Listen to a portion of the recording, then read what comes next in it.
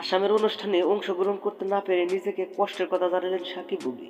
সুপ্রিয় দর্শক, বর্তমান সময়ে সাকিব বুবলির ব্যক্তিগত দ্বন্দ্ব রয়েছে, আর সেই কারণে এখন একজন আরেকজনের সঙ্গে দেখা সাক্ষাৎ কিছুই পারে না, এবং কি কোনো সিনেমার কাজেও দেখা যায় না তাদের।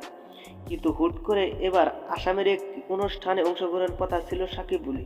এই প্রোগ্রামের কথা সাকিব বুবলি তারাই নিজেরাই জানিয়েছিলেন অংশগ্রহণ করবেন তারা, আর সেই অংশগ্রহণ করার জন্য সময় মতো সেখানে উপস্থিত হয়েছিলেন সাকিব বুবলি। কিন্তু দুঃখের বিষয়, সে অনুষ্ঠানে অংশগ্রহণ করতে পারেন নাই, কেননা সে অনুষ্ঠানে অংশগ্রহণ করার কথা ছিল রাত 8টার দিকে, কিন্তু যখন রাত 11টা পার হয়ে গেছে এর মধ্যে কেউ উপস্থিত হননি সাকিব বুবলি। সেই অনুষ্ঠানে অংশগ্রহণ করেননি, আর তাই ভক্তরা রেগে গিয়ে অনুষ্ঠানে ভাঙচুর করে ফেলে দেয়, আর অবশেষে সেই অনুষ্ঠান করা হয়নি। আর তাই তো এক ঘনিষ্ঠ সূত্র থেকে জানা গেছে সাকিব খান, শবনম ইয়াসমিন বুবলি সেই অনুষ্ঠানে অংশগ্রহণ করতে না পেরে ব্যক্তিগতভাবে অনেক কষ্ট পেয়েছে, কারণ তাদের সঙ্গে দেখা করার জন্য হাজারো অধিক ভক্ত সেখানে উপস্থিত ছিল, যারা শাকিব খান ও শবনম ইয়াসমিন বুবলিকে ভালোবাসে।